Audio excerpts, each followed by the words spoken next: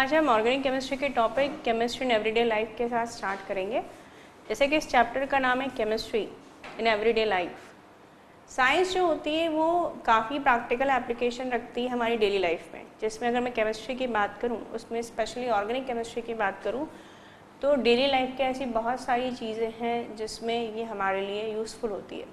जैसे कि एग्ज़ाम्पल, अगर मैं डेली लाइफ में आपसे कुछ नाम लूँ, जैसे कि सोप, डिटर्जेंट्स,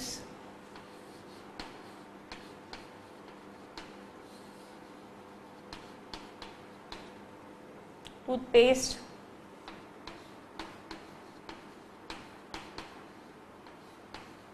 ब्लीच, ये कुछ ऐसे नाम हैं जो किसी न किसी तरह से हम अपनी डेली लाइफ में यूज़ करते हैं। और ये सारे सब्सटेंस जो हैं वो केमिकल्स से बने होते हैं। और इस तरह केमिस्ट्री के केमिकल्स हमारी डेली लाइफ में पार्टिसिपेट कर रहे हैं। इसके अलावा और भी चीज़ें, कपड़े जो हम पहनते हैं, जैसे बहुत सही चीज़ें आती हैं, cotton, silk, terylene,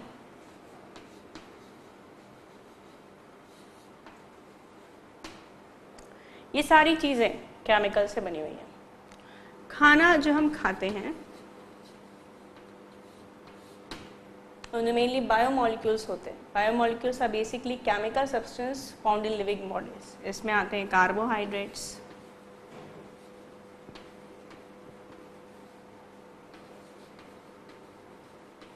protein, fats, lipids,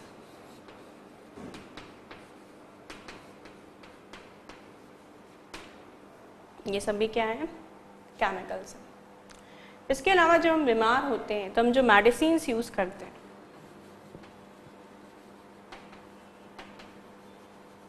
चाहे बुखार हटाने के लिए हम लेते हो एस्पिरिन,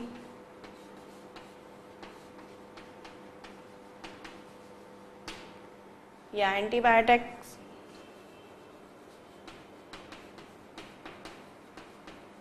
या कहीं कटने या छिलने पे जो हम यूज़ करते हैं डेटॉल, एंटीसेप्टिक, ये सब भी क्या है, केमिकल्स। तो इस तरह इस चैप्टर में यही बात डिस्कस की जाएगी कि केमिस्ट्री से जुड़े वो कौन से प्रोडक्ट हैं जो हम अपनी डेली लाइफ में यूज़ करते हैं।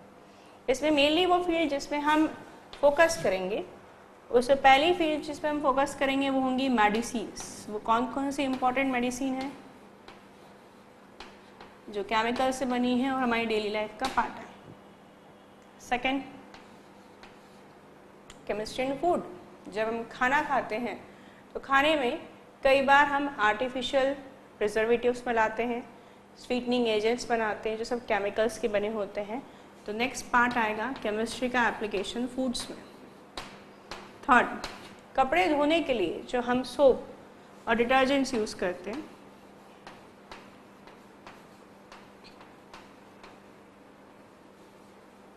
उसमें कैसे केमिस्ट्री अप्लाइड है। इसके अलावा डाइज जो होती है जो कपड़ों को रंगने के लिए यूज़ करते हैं, उसमें कैसे केमिस्ट्री इन्वॉल्व है। और फिफ्थ, जो रॉकेट्स में फ्यूल यूज़ किए जाते हैं, जिन्हें रॉकेट प्रोपेलेंट कहा जाता है,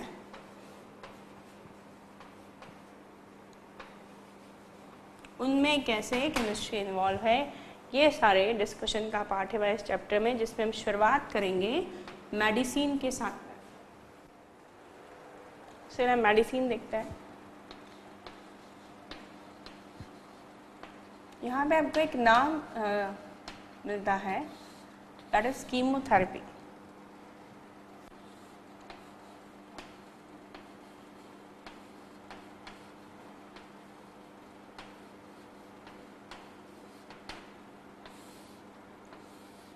कीमोथेरेपी केमिस्ट्री की एक ब्रांच है जिसमें ये स्टडी किया जाता है कि वो केमिकल सब्सटेंस जो आपकी बॉडी को पेन से रिलीफ दें या आपके शरीर में होने वाली बीमारी को दूर करें, वो सारे किस तरह आप और इम्प्रूव कर सकते हैं, वो कौन कौन से नए सब्सटेंस से फाइंड आउट कर सकते हैं। तो केमिस्ट्री की वो ब्रांच जिसमें सारी चीज़ डिस्कस की जाती है, it's called chemotherapy. So what is chemotherapy? It's a branch of chemistry.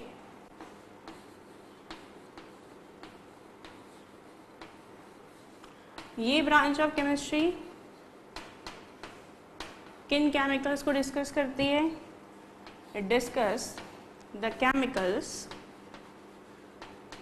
That do to work. First, it treat the diseases.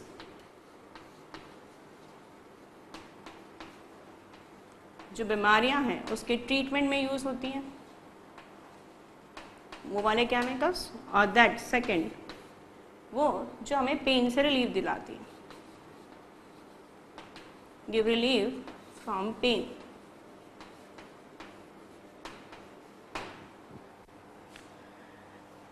जो केमिकल सब्सटेंस डिस्कवर्ड होते हैं यहाँ पर, या जो डिस्कवर्ड होते हैं जो ये काम कर सकते हैं, उन्हें कहा जाता है मेडिसिन या ड्रग्स.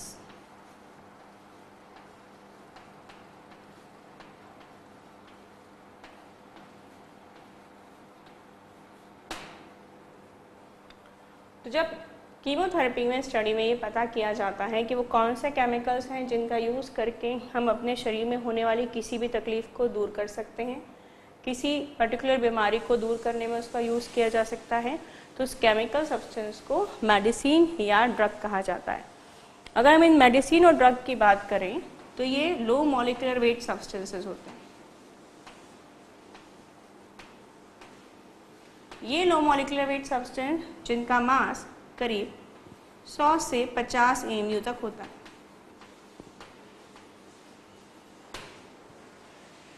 इनका मेनली 3 काम होता है.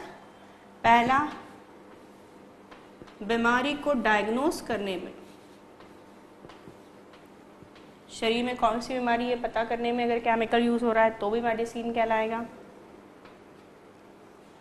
आप बीमारी डायग्नोस कर चुके हैं और यदि उसके ट्रीटमेंट के लिए आप कोई केमिकल यूज कर रहे हो तो उससे भी मेडिसिन कहोगे ट्रीटमेंट में.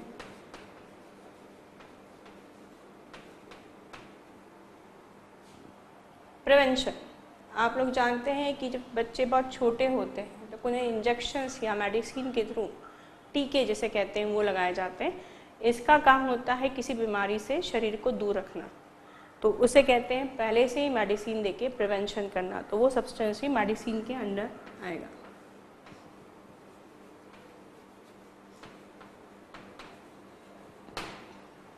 तो ऐसे सारे लो मॉलिक्यूलर वेट सब्सटेंसेस जो बेसिकली केमिकल्स ही होते हैं, और यदि आप इन तीनों में से किसी भी एक काम में यूज़ करें, बीमारी को पता लगाने में, बीमारी पता लग चुकी है तो उसको दूर करने में, या पहले से ही टीके के द्वारा आप अगर उससे बचाना चाहते हैं आगे होने वाली बीमारी से, जैसे बहुत सारी होती हैं बीमारियाँ, जैसे पोलियो एक बहुत बड़ी बीमारी होती है जिससे बचाने के लिए बच्चों को पहले से ही टीके लगाए जाते हैं, तो उसमें भी जो केमिकल यूज़ करा जा रहा है वो भी मेडिसिन कहलाएगा.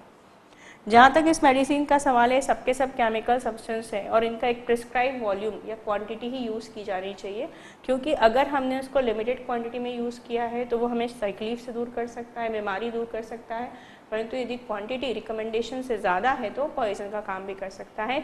इसलिए जब इन्हें यूज़ किया जाता है किसी भी बीमारी को दूर करने के लिए या डायग्नोस करने के लिए या प्रिवेंशन के लिए, तो उन्हें हमेशा एक रिकमेंडेड क्वांटिटी में ही यूज़ किया जाना चाहिए जो डॉक्टर के प्रिस्क्रिप्शन से पता चल सकता है. अब जहाँ तक मैंने कहा कि कीमोथेरेपी में जो केमिकल डिस्कवर्ड होते हैं जिन्हें हम मेडिसिन या ड्रग कहते हैं, वैसे देखा जाए तो साइंस में इन दोनों में कोई फ़र्क नहीं है, मगर सोसाइटी ने और लॉ ने इन दोनों के बीच में डिस्क्रिमिनेशन किया हुआ है. तो according to society and law,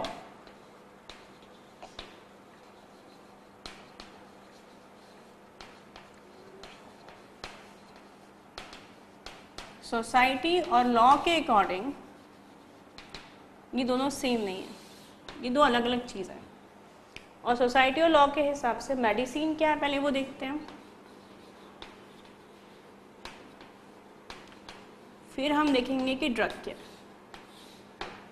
medicine, हम किसी भी सब्सटेंस को मेडिसिन तब कहेंगे फर्स्ट इट गिव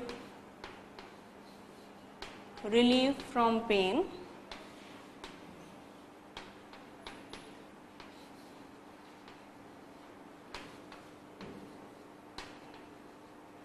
डिजीज़, यदि हमारे शरीर में कोई दर्द है या बीमारी है तो उसे दूर कर दें।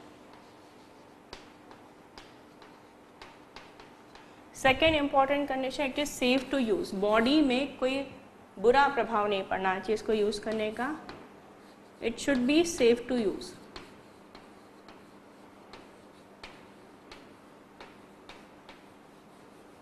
सेकेंड कंडीशन किसे मेडिसिन कहने के लिए। थर्ड, ये इसके लिटिल या नो टॉक्सिसिटी होनी चाहिए। कई बार ऐसी मेडिसिन होती है जो थोड़ा बहुत नुकसान पहुंचाए, पर वो नुकसान न के बराबर होना चाहिए, तो इट शुड हैव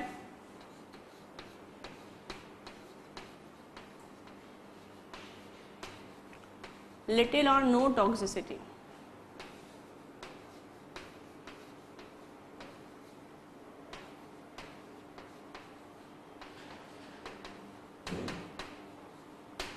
चौथी condition, it should not cause side effect. कई बार कुछ चीज़ें यूज़ कर ले तो हमें टेम्परेरी रिलीफ दे देती हैं, पर आगे चलकर हो सकता है उनसे दूसरी बीमारियां शुरू हो जाएं, ऐसा इसके साथ नहीं होना चाहिए, तो it should not have side effect.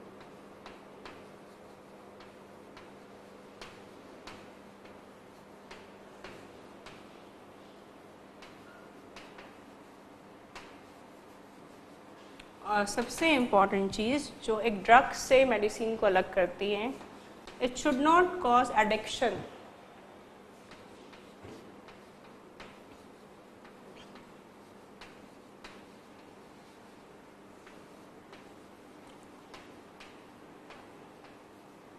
शरीर को इसकी आदत नहीं पड़नी चाहिए। जैसे अगर मैं बात करूं आपसे, हम डेली लाइफ में जो मेडिसिन्स यूज़ करते हैं, जैसे क्रोसिन जैसे कोई दवाई हो गई जो हम यूज़ कर रहे हैं, तो ये हमें शरीर में होने वाले दर्द से दूर करती है, साथ में अगर कोई बुखार है बॉडी में वो भी हटाती है। सेफ होती है यूज़ करना, माइल्ड होती है, शरीर को कोई नुकसान नहीं पहुँचाती, न के बराबर इसमें टॉक्सिसिटी होती है जो कि आगे जाके कोई भी साइड इफ़ेक्ट कॉज नहीं करती है, और it should not cause addiction. हमें उस गोली को खाने की आदत नहीं पड़ती है।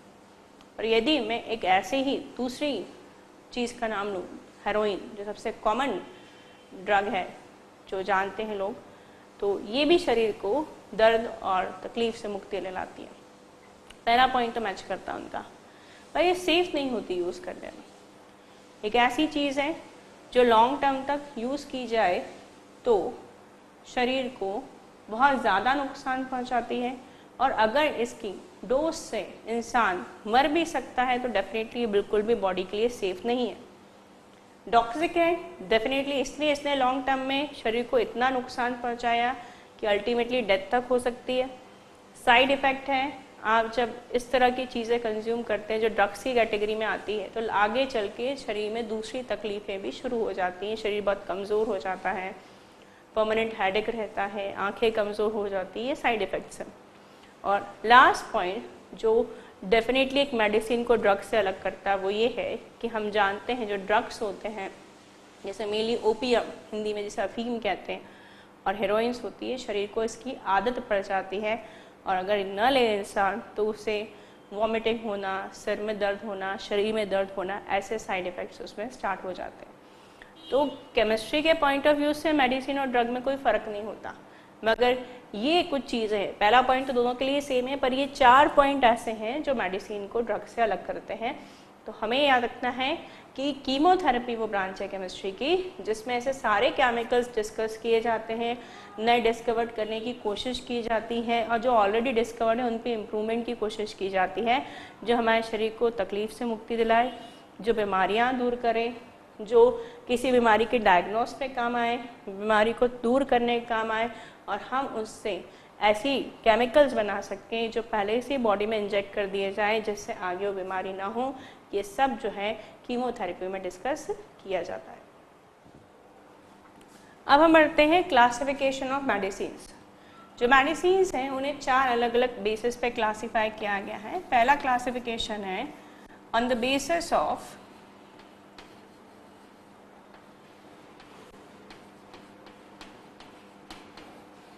Pharmacological action.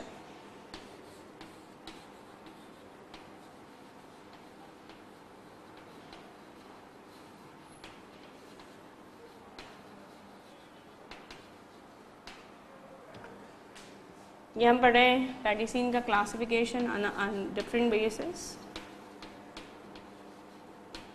बेसिकली 4 टाइप होते हैं इसके, जिसमें पहला जो है बता रही हूँ मैं आपको pharmacological action. Pharmacological action is come from the word pharma, मतलब दवाई। लॉजिकल क्या एक्शन है, उसका काम करने का तरीका क्या है। ये एक्चुअली एक बहुत ब्रॉड क्लासिफिकेशन होता है।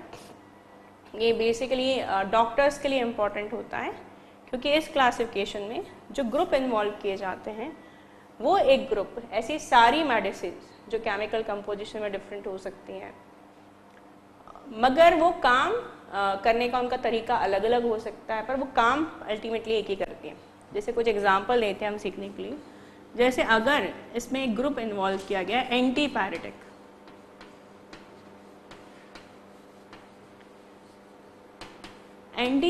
पायरा वर्ड मतलब हाई टेम्परेचर होता है। एंटी हाई टेम्परेचर को कम करना, ये बहुत कॉमन वर्ड है जो केमिस्ट्री में यूज़ करते हैं। कभी पायरोलिसिस, कभी पायरोमेटलर्जी, पायरेटिक, ये सारे वर्ड जब भी पायरा आता है वो हाई टेम्परेचर से रिलेटेड होता है। एंटी मतलब कम करना। और हमारे शरीर में जब बुखार हो जाता है, जब टेम्परेचर बहुत बढ़ जाता है, तो उससे कम करने का काम कौन करेगा? एंटीपायरेटिक। ऐसी सारी दवाइयाँ जो शरीर से बुखार हटाती हैं। अगर आप बायोलॉजी के स्टूडेंट हैं तो आप डिटेल में जानते हैं, अदरवाइज इतना तो आप समझते हैं कि हमेशा शरीर में बुखार आने की वजह एक नहीं होती। शरीर में बहुत अलग अलग वजह होती है जिसकी वजह से बुखार आता है। मगर आप जब किसी एंटीपायरेटिक को यूज़ कर रहे हो तो शरीर में जो भी वजह से बुखार है वो हटा रहा है।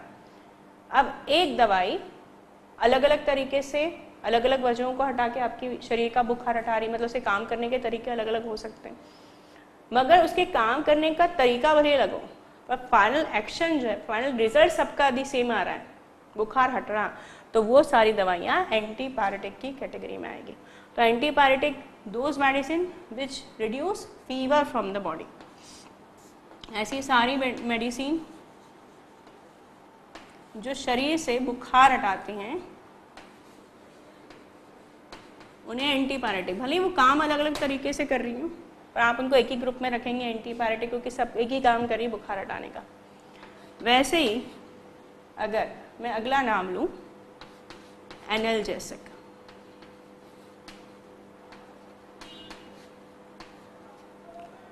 हमारे शरीर में बहुत अलग अलग तरह के दर्द पाए जाते हैं, जिसमें सबसे कॉमनली हम डिस्कस करते हैं, एक तो हेडेक होता है, सिर का दर्द, या स्टमक एक हो सकता है जनरली जो होता है, या बॉडी एक हो सकता है जो बुखार के टाइम पे आ जाता है। तो हमारे शरीर में दर्द अलग अलग पार्ट्स में हो सकता है, और अगर अलग अलग पार्ट्स में दर्द हो रहा है तो ये भी क्लियर है कि उसके होने की वजह अलग अलग है। ऐसा तो नहीं जो वजह सिर दर्द होने की होती वही हाथ पैर दुखने की हो या पेट दुखने की हो, नहीं, मतलब वजहें अलग अलग हैं।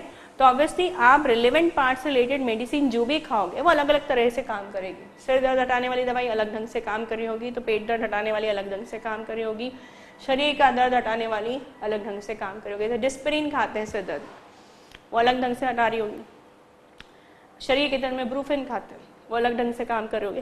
काम अलग अलग ढंग से कर रही हैं, उसके बावजूद भी उन्हें सब जगह एनाल्जेसिक में रखा जाएगा ऑन फार्माकोलॉजिकल एक्शन, क्योंकि सबका एक ही काम है दर्द को हटाना। तो analgesic it reduce pain from the body.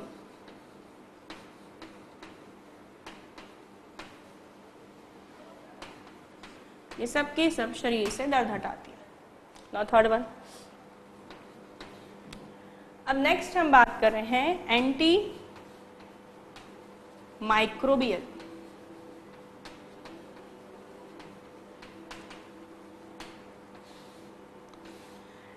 Antipyretic हो गई जो दर्द बुखार हटाती है, एनाल्जेसिक हो गई जो दर्द हटाती है, नॉन एंटी माइक्रोबियल। कई ऐसे सारे माइक्रो ऑर्गेनिजम्स होते हैं जिन्हें हम नॉर्मल आंखों से नहीं देख सकते। उनमें बैक्टीरियाज आते हैं, वायरस आते हैं, फंगाई आते हैं। तो ये बैक्टीरिया, वायरस और फंगाई कई बार हमारे शरीर में बहुत सारी बीमारियों के लिए रिस्पॉन्सिबल होते हैं। ऐसे केस में उनके द्वारा क्रिएट की गई प्रॉब्लम जो हमारी बॉडी में है उसे हटाने के लिए हमें मेडिसिन की रिक्वायरमेंट होगी, और वो उन माइक्रोब्स को मार के उन बीमारियों को भी हटाएगा। Therefore it is called anti microbial. कहीं ना कहीं नाम में ही क्लियर है कि वो क्या काम करने वाला है। इसका नाम है एंटी माइक्रोबियल। तो जो माइक्रोब्स हैं उन्हें मारकर हमारे शरीर की बीमारी हटाने का काम करेंगे एंटी माइक्रोबियल। जिसमें सल्फा ड्रग्स बहुत कॉमनली बात की जाती है क्योंकि इनका मेनली काम यही होता है, जिसके बारे में आगे डिटेल डिस्कशन होगा। तो एंटी माइक्रोबियल, तो medicines that kill microorganisms to remove diseases, they remove diseases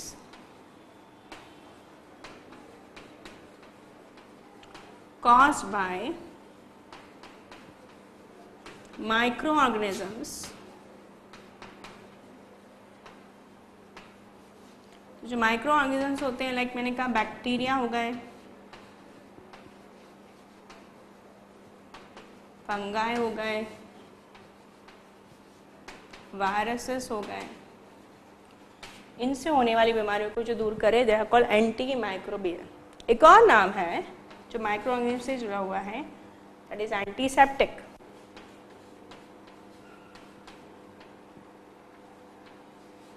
ये एक ऐसा वर्ड है जो हम अच्छे से जानते हैं, डेटॉल है, सेवलॉन है, इन्हें हम एंटीसेप्टिक के रूप में यूज करते हैं। एंटीसेप्टिक बीमारियां नहीं हटाता, इट किल और suppress the growth of micro organisms. भाई ये और ये बीमारी होने के बाद उन माइक्रो ऑर्गेनिजम्स से अगर बीमारी हटानी है तो काम आता है।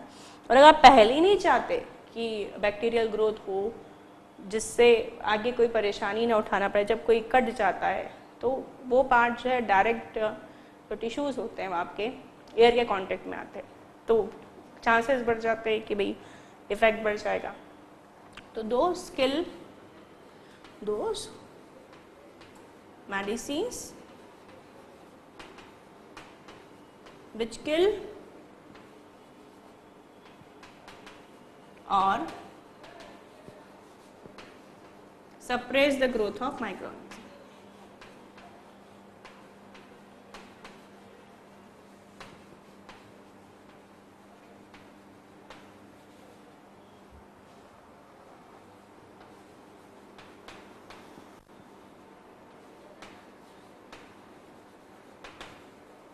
तो हमारा जो पहला क्लासिफिकेशन है फार्माकोलॉजिकल एक्शन, उसमें ग्रुप्स बनाए गए हैं। उन ग्रुप के अंदर वो मेडिसिन रखी गई जिनका काम एक ही है, या तो शरीर से बुखार को हटाना, दर्द को हटाना, माइक्रो ऑर्गेनिज्म से होने वाली एग्जाम्पल बीमारियों को हटाना, या माइक्रो ऑर्गेनिज्म से ग्रोथ करने का रोकना। इनका काम करने का तरीका अलग अलग हो सकता है, पर ये सब काम एक ही कर रहे हैं, इसलिए एक ही ग्रुप में रखे जाते हैं। Now second classification, on the basis of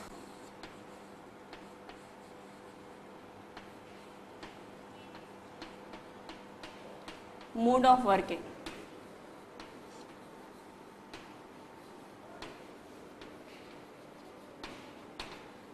अब जो पहला क्लासिफिकेशन है उससे हमें फ़र्क समझना है इसको। यहाँ पर ये नहीं देखा जा रहा कि जब मेडिसिन काम करेगी तो उससे क्या कम होगा, बुखार कम होगा कि दर्द कम होगा या एक से ज़्यादा एक्शन होंगे। हम सिर्फ ये देखना चाहते हैं वो काम कैसे कर रही है। जैसे एक मेडिसिन की वैरायटी होती है दैट इज़ एंटी हिस्टामिन।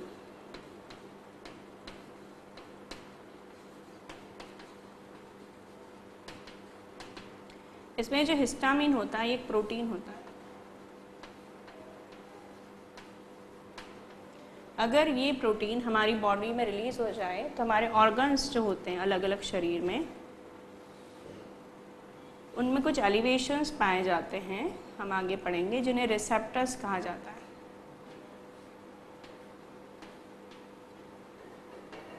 ये रिसेप्टर्स हमारी बॉडी में एक जगह से दूसरी जगह इंफॉर्मेशन पहुंचाने और इस ऑर्गन से वर्क करवाने या वर्क रोकने में इम्पॉर्टेंट रोल प्ले करते हैं।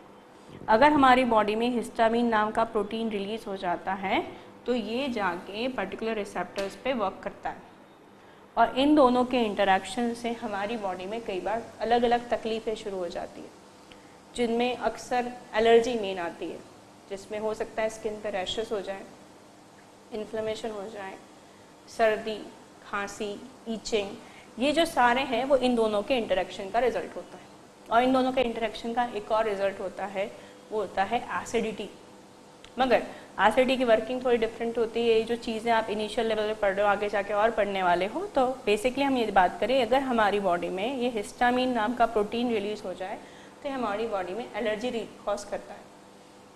एलर्जी कॉज कैसे करता है, जाके रिसेप्टर के साथ रिएक्ट करता है, बॉडी के ऑर्गन्स के रिसेप्टर्स के साथ, इनसे कुछ इंटरेक्शन से टिश्यूज़ में इन्फ्लेमेशन आ जाती है, स्वेलिंग आ जाती है, इचिंग शुरू हो जाती है, लाल हो जाता है वो, कभी स्नीजिंग स्टार्ट हो जाती है, अस्थमा स्टार्ट हो जाता है। तो अब हमने जो मेडिसिन यूज़ की एंटीहिस्टामिन, वो क्या करेगी, इन रिसेप्टर्स को ब्लॉक कर देती है। ब्लॉक कर दिया तो ये जाके इससे इंटरेक्ट ही नहीं कर पाता, इंटरेक्ट नहीं होता, जो साइड इफेक्ट शुरू हो गए, बॉडी में तकलीफ शुरू हो गई, वो नहीं होती। अब यहाँ पे काम करने का तरीका इसका ये है कि रिसेप्टर को ब्लॉक कर दिए, मगर इससे आपको एक बेनिफिट नहीं हो रहा, इससे कई बेनिफिट हो रहे। इन्फ्लेमेशन हट रहा है, ये एक बेनिफिट, रैशेज जो थे वो चले गए, वो दूसरा बेनिफिट, एलर्जी जो थी उसके कारण आपको जो ईचिंग हो रही थी वो हट गई, जो कफिंग और स्नीजिंग हो रही थी, खांसी सर्दी हो रही थी, वो भी ठीक हो गई। तो इससे पहले वाले ग्रुप में मेडिसिन एक काम करती थी और यहाँ पर किसी एक पर्टिकुलर काम के थ्रू ये बहुत सारे साइड इफेक्ट्स दूर कर रही है। तो this is the on the basis of mode of working. दोनों में फ़र्क क्लियर है। उसमें जो ग्रुप था उसमें सारी मेडिसिन एक ही काम कर रही थी, बुखार हटाने का। काम करने के तरीके अलग अलग थे, यहाँ काम सबके तरीके एक जैसे होंगे जिससे रिजल्ट्स अलग अलग मिल सकते हैं। तो सेकेंड हो गया on the basis of mode of working. जो थर्ड क्लासिफिकेशन है वो है on the basis of chemical structure.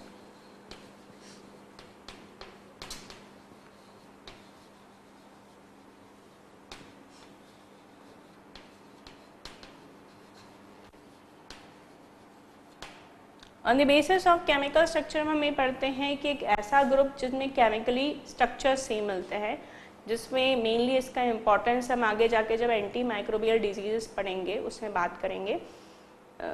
एक मेडिसिन डिस्कवर की गई थी जिसके लिए पॉल हेलरिच को नोबेल प्राइज़ मिली थी, दैट वाज साल्वेसन, और उसका काम था माइक्रोब्स को दूर करना।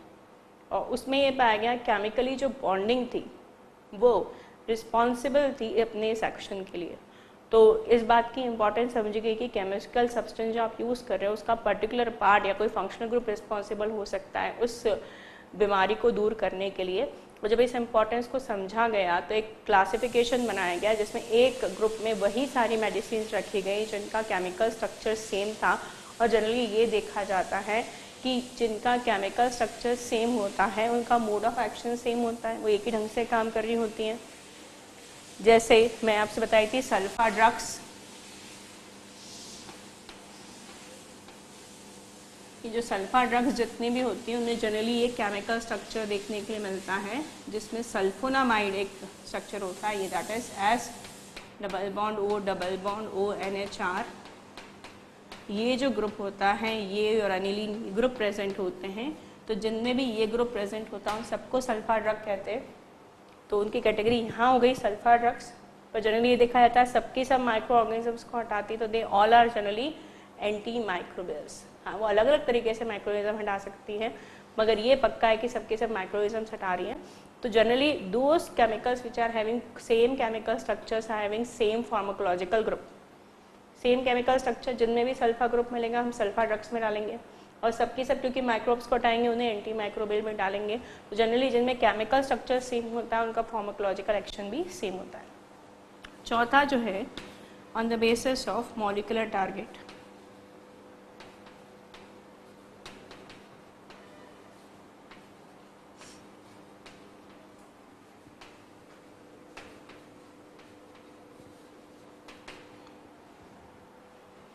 हमारी बॉडी में बायोमोलिक्यूल्स होते हैं, कार्बोहाइड्रेट, प्रोटीन्स, लिपिड्स, और ये सारे जितने भी बायोमोलिक्यूल्स होते हैं ये रिस्पॉन्सिबल होते हैं हमारी बॉडी में प्रॉपरली वर्क चलते रहे इसके लिए।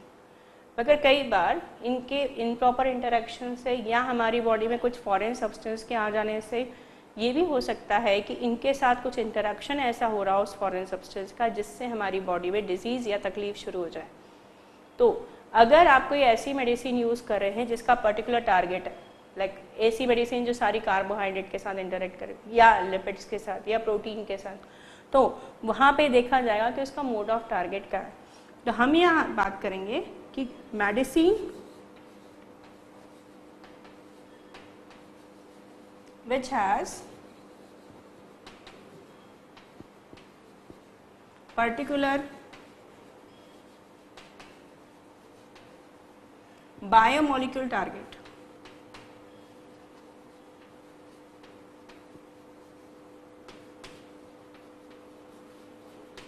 तो इस बेसिस पे अलग अलग क्लासिफिकेशन होंगे, like those medicine act on